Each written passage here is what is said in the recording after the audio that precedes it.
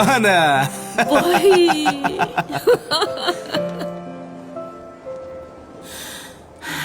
Bo'ldimi, ona tanladingizmi? Berki, Yarashibdi. qimmat ekan. Nima qilibdi? Qiynalib qolmaysanmi, bola? Voy, ona, sizga shu yoqdimi?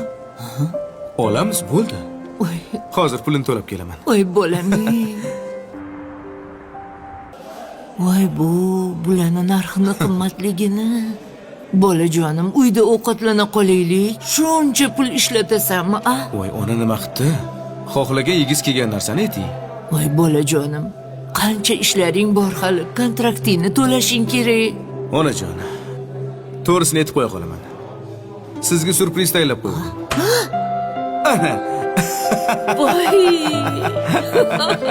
bugun bayram qilamiz, onajon. voy bo'ylaringdan Ber. onaginang Mana bu o'rgilsin. gullar ham sizga.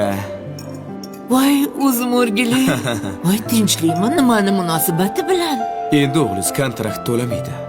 Voy, Chunki grant asosida o'qiydigan bo'ldim. Badriddin, tabriklayman. Siz Renessans ta'lim universiteti tomonidan e'lon qilingan eng faol talaba nominatsiyasi bo'yicha 100% grantni qo'lga kiritdingiz. Rahmat. Katta rahmat. Sog' bo'ling. Shuncha yil o'g'lim nimagadir erishsin, nimanidir o'rgansin deb ancha harakat qildingiz. Lekin bir narsaga hech ham tushunmayman. Onalar nimaga unaqa ekan?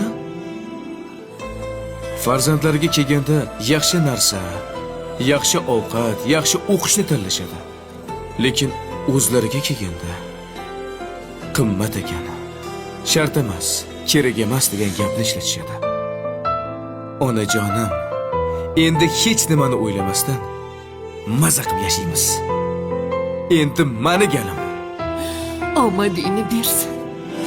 Onam, onam, onam, mehribon onam.